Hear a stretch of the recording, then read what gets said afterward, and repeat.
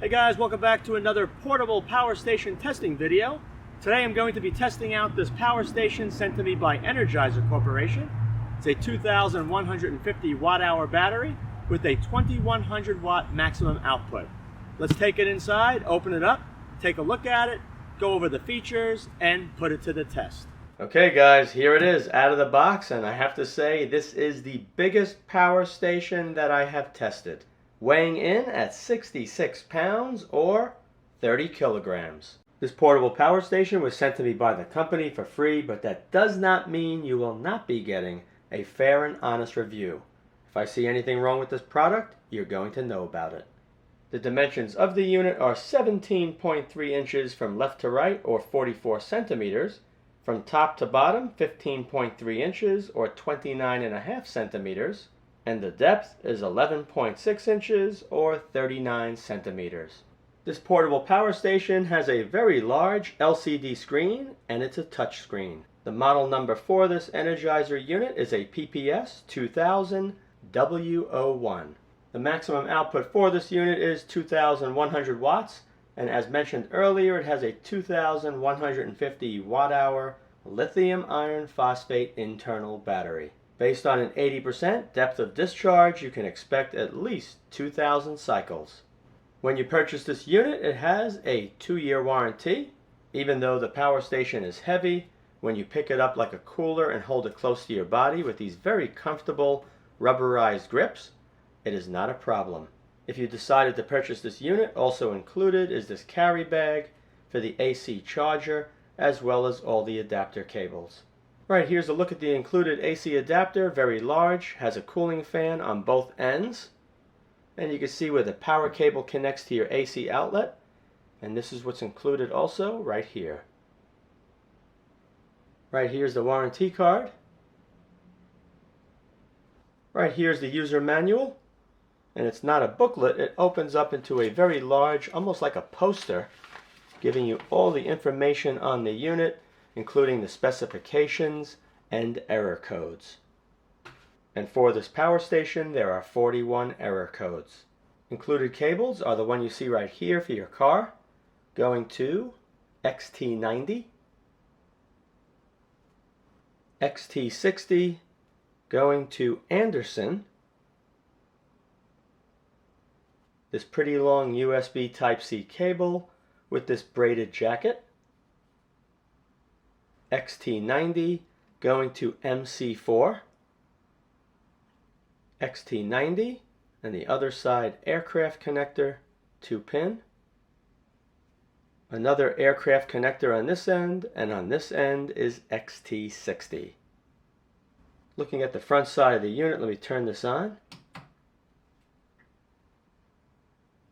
75% state of charge, and because the camera is looking down at an angle on the unit, you're probably not going to see, but the date and time is right here at the upper right hand corner of that touchscreen. Each one of the DC outputs and the AC outputs has a protective rubber cover on them, or rubber plug. Under this one here, it's 12 volts 30 amps.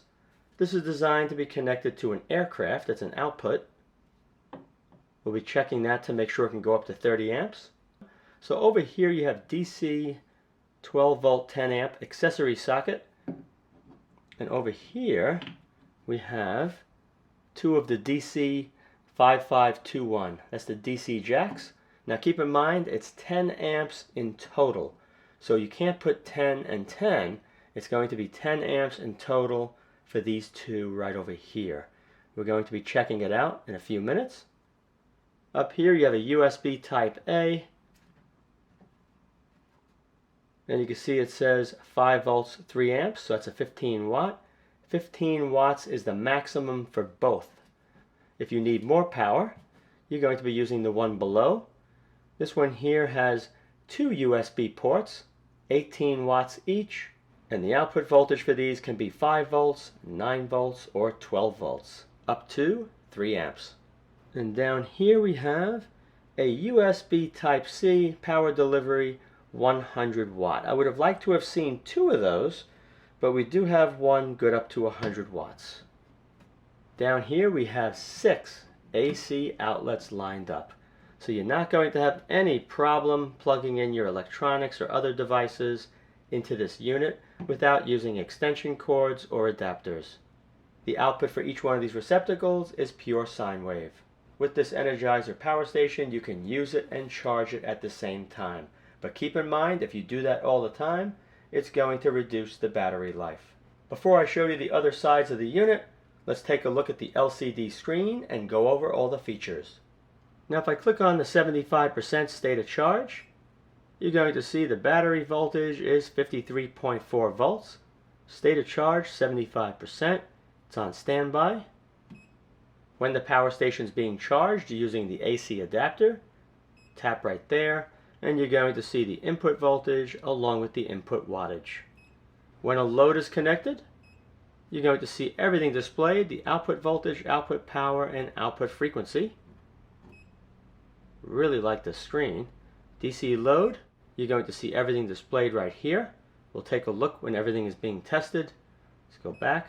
Up here, top left, PV, photovoltaic, and car. So if you're going to be charging using either one of those, you're going to see the input wattage as well as the voltage. Alright, so let's go to settings. Here it says language settings, so it's on English. Over here is Chinese.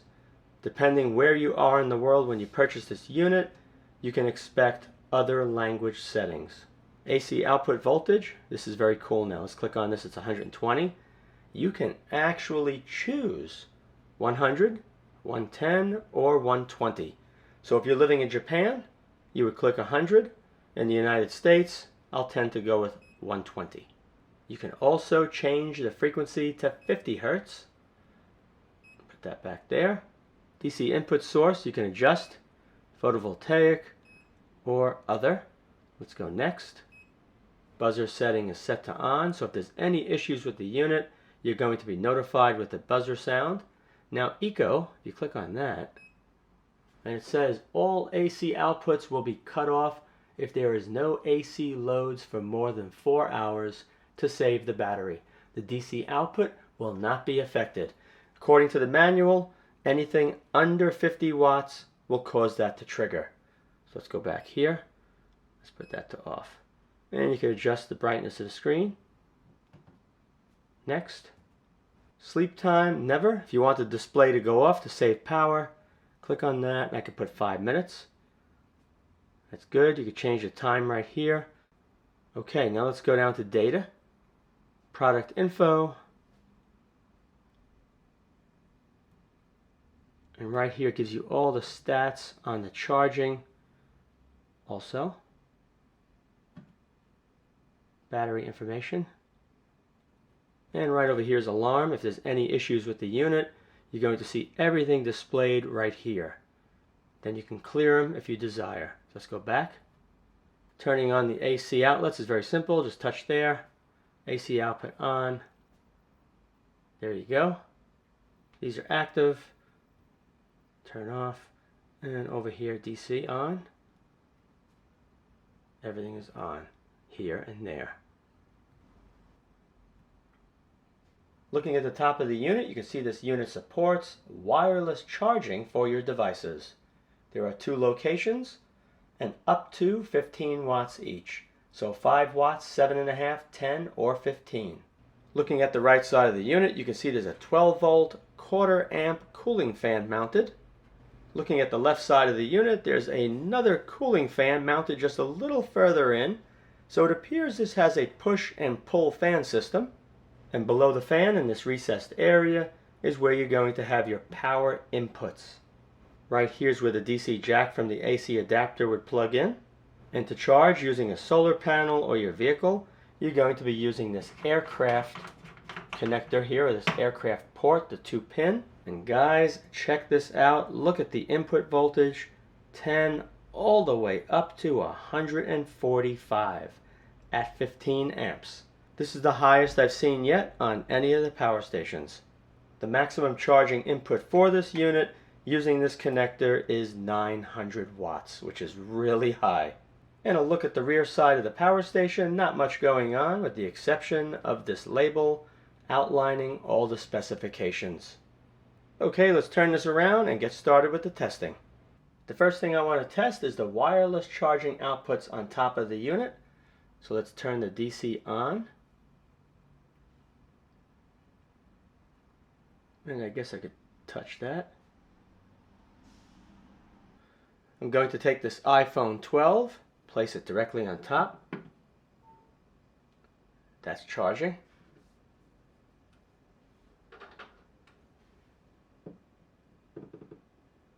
And you can see right over here the wattage is increasing.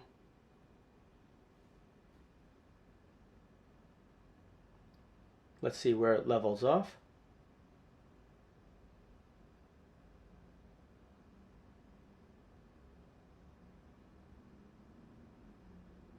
$8.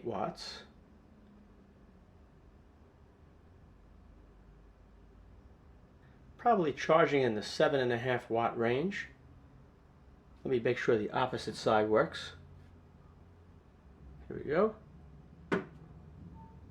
Yep, it's lighting up.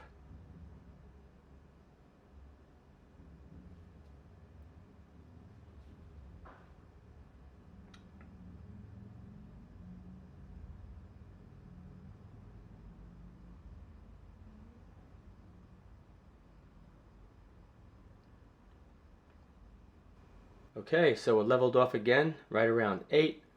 So both sides do work. Unfortunately, I do not have two wireless devices like this to test at the same time. I'm going to leave the phone connected for about a half an hour just to make sure there's no issues, and then come back. And it seems to be working just fine. The 12 volt 30 amp output is now connected to my electronic load tester. It took a little bit longer because there was an interruption, but it's all ready to go. Over here you can see this plate's connecting the negative terminals and the positive. This 10 gauge wire goes over to here to the XT60 connector. I have channel 1 and channel 2 both connected together. We're going to be putting 15 amps on channel 1 and 15 amps on channel 2. So we're going to have a total of 30 amps. I'm going to leave it connected for 30 minutes just to make sure there's no issues with the power station. Okay, let's go over here.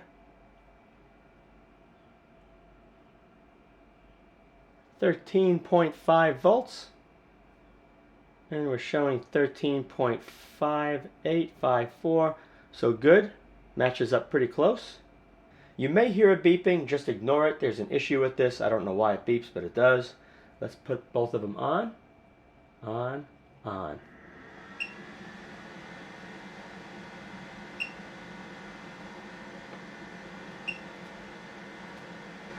Just under 400 watts, and you are going to see a voltage drop. It's expected.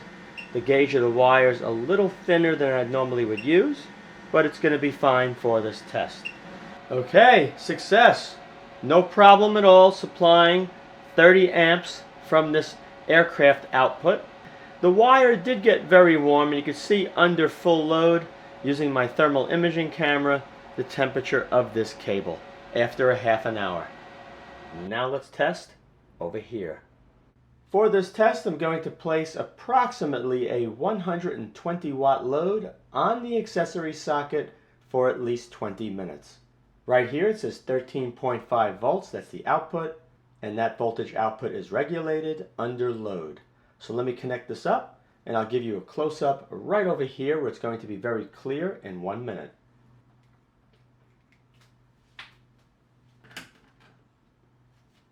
Actually, under that lighting, it's perfect. You can see we're just under 120 watts. So let's wait, and I'll be back.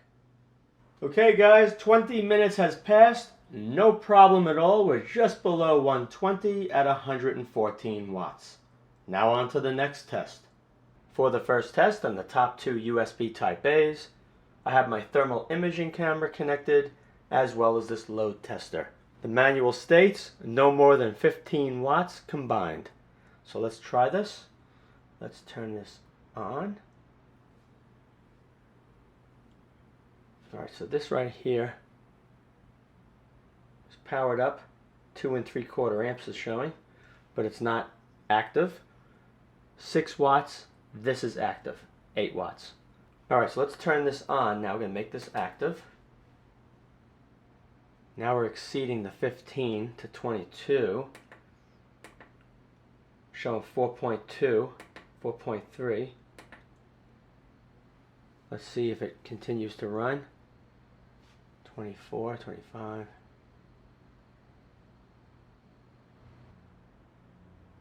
Okay, it just shut off.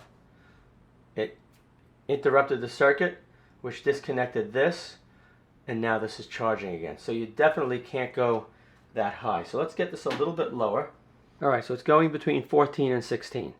Let this sit for 30 minutes just to make sure that these ports can handle what the manufacturer states. 30 minutes has passed, and this has been running non-stop, supplying approximately 15 watts, and that's what the manufacturer stated.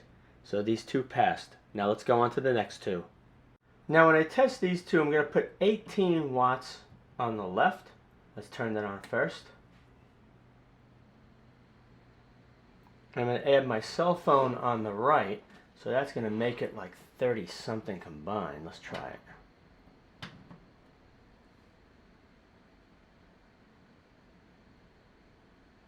Up to 32, so it's like another 14. Alright, great. I'm going to let this sit, come back, and hopefully we find out that it was able to supply constant power.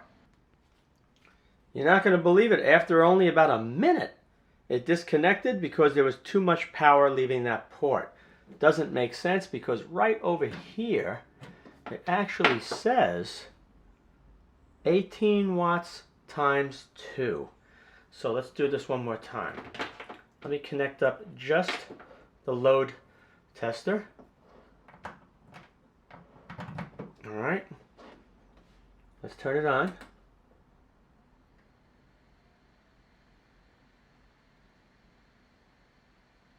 Let's set that for 18 to make sure that's going to run. You're not going to believe it. It just turned off after 3 minutes at 18 watts. Alright, after doing some experimenting with the load tester and my phone, I found out that the maximum you're going to get is roughly 15 watts per port. So it's not going to be 18 each like the manufacturer stated. For the USB-C test, I have the cable connected, and it's going to this very small module that you see right here. What this module does, it allows me to choose different voltage levels from the USB-C port. Let me turn this on to show you. So let's do this. DC output. Over here you can see 5.11 volts, and there's a red LED. Push the button once. 9.14. Push it again. We're at 12.16. I push it again. 15, and one more time. Brings us up to 20 volts.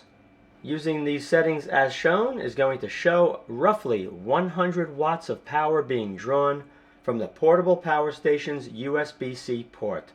We're going to let it run for 30 minutes just to make sure that this has the ability to supply 100 watts. Let's get the test going, so let's touch that. You're going to see the wattage show up right over here and the total over there.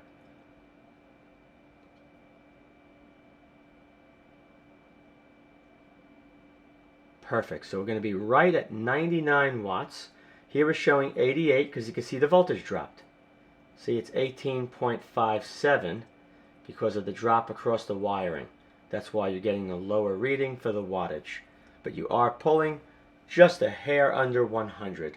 No issue with the USB Type-C port, and I had the test going a little longer for 45 minutes straight. Just to show you one other thing, you can see I have this tester connected.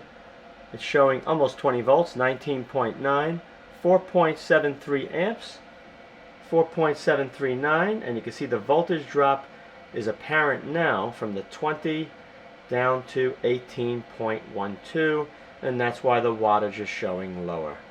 With the USB testing completed, now we're going to move on to the AC output. Let's take a look at the output voltage, the 3 different settings. Let's go here first. Turn it on at 120, 120, 121. No problem there. Let's turn it off. Now we're going to change the setting to make sure it works. Let's go to 110. Next, that's fine, back. Okay, let's put this back in and turn it on and see if it's now 110.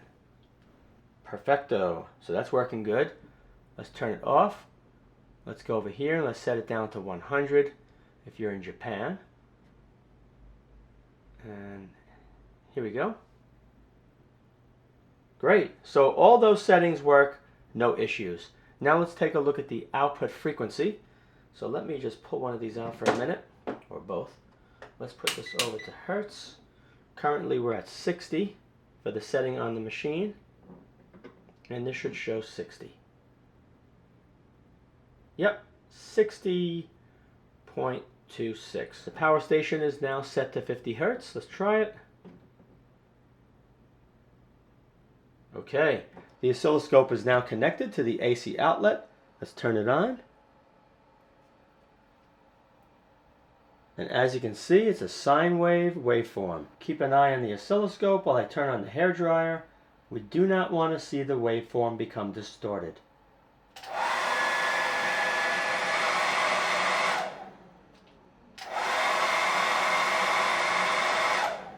So far, the AC output is looking very good. Now I have the AC adapter connected up to the power station. I'm going to plug it in. We're going to see how it's charging on the display.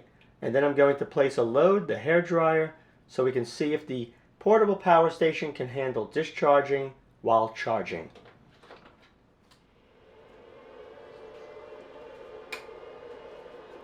Okay, let's click over here. 54 volt input, just under 460 watts. Over here is going to be the AC load. We're going to keep an eye on both. Turn it on.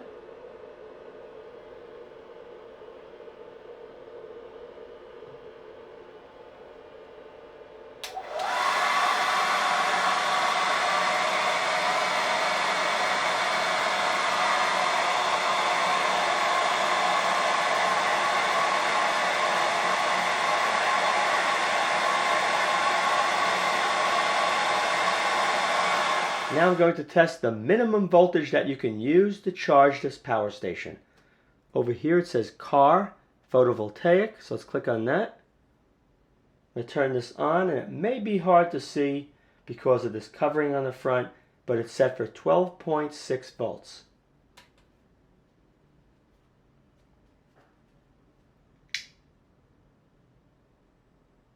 Hopefully you can see it.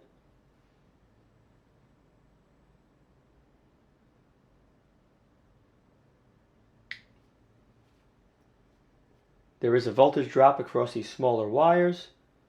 So we're going to monitor by this voltage. That's the voltage at the terminal on the side of the unit. So let's go a little bit lower. We had 100 watts almost. Let's see if it turns off.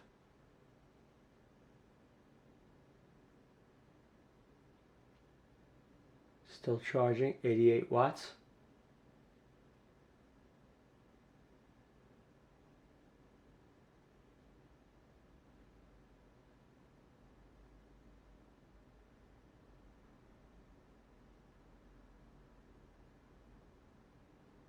Yeah, it's falling off very quickly at 10. Yeah, it's done. Let's put it back to 11.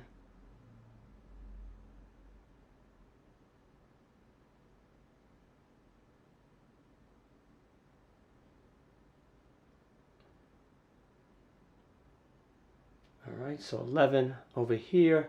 That means even with your car not running, which you would not want to do because you're going to drain your battery down, you'd be able to charge this unit. Now let's put it up to 14 volts like your car is running with the alternator.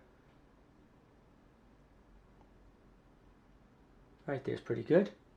13.9, so around 114. All right, so you're looking between 85 and 115 watts charging this using your vehicle. Keep in mind, right now we're at 61%. So clearly, if you're going to be getting this to a full charge, you're definitely going to want to have the engine running because you're going to have a higher input voltage. What can you power with this Energizer power station? Let's find out. The first thing's going to be a microwave oven. It's a 1500 watt. You can see the voltage on the power station is 120, and it says at the very bottom, 60 hertz.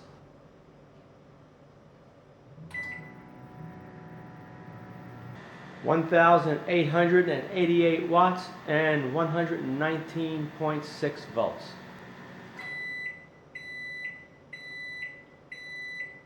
Not a problem. Now let's try the refrigerator.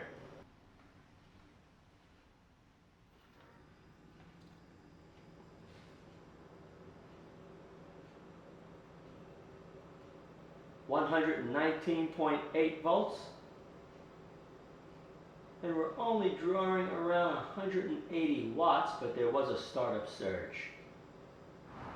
Okay, let's try this Craftsman 16-gallon shop vac.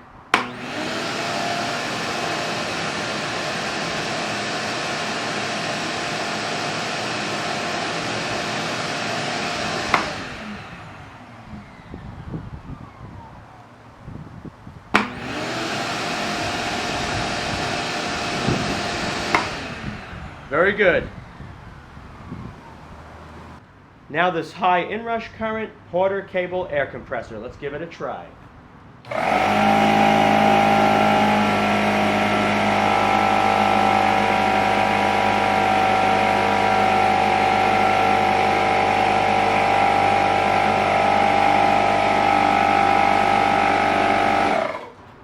Not a problem.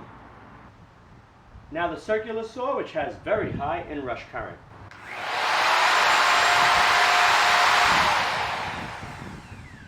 Not a problem, and keep in mind if that blade is sharp, it's not going to cause the saw to draw a lot more current while cutting. What we need to do now is make sure that you can overload this power station without damaging it. So let's use the heat gun and the hair dryer together.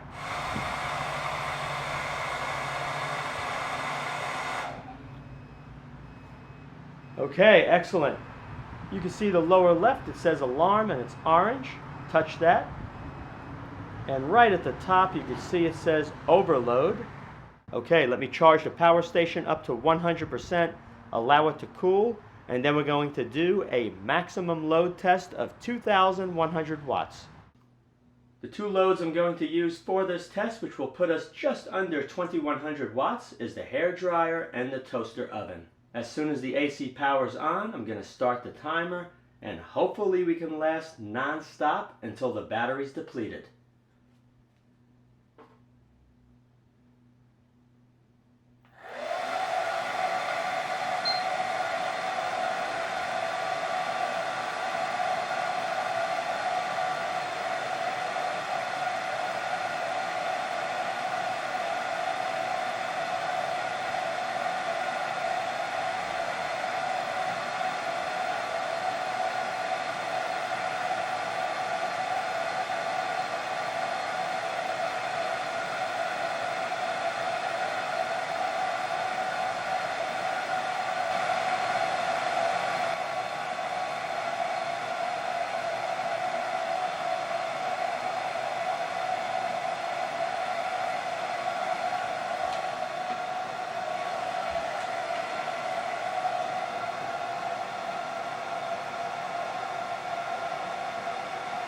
Non-stop power output just under 56 minutes at an average of 2,050 watts. Voltage output was very stable, just a hair under 120 volts, all the way throughout the discharge cycle until it reached 2% and 1%. Once it reached 2% and 1%, it did drop to 117.5, which is still very good. Shortly after the test ended, the cooling fan turned off. Very interesting. I'm going to try connecting up the AC adapter to see if it starts to charge. Many power stations you want to let this cool down for about a half an hour, but I have a feeling you could charge this one right away. So let's check it out. Almost 50 volts, 425 watts, so it is charging shortly after the test ended. So the cooling for this unit is very good. With both solar modules connected in series, the output voltage is around 92 volts. When it's connected to the power station, it drops to around 74, and the input wattage is just under 800. So all is good. And that is it. I hope you guys enjoyed this testing video. If you did, be sure to rate, thumbs up, and share. Thanks for watching.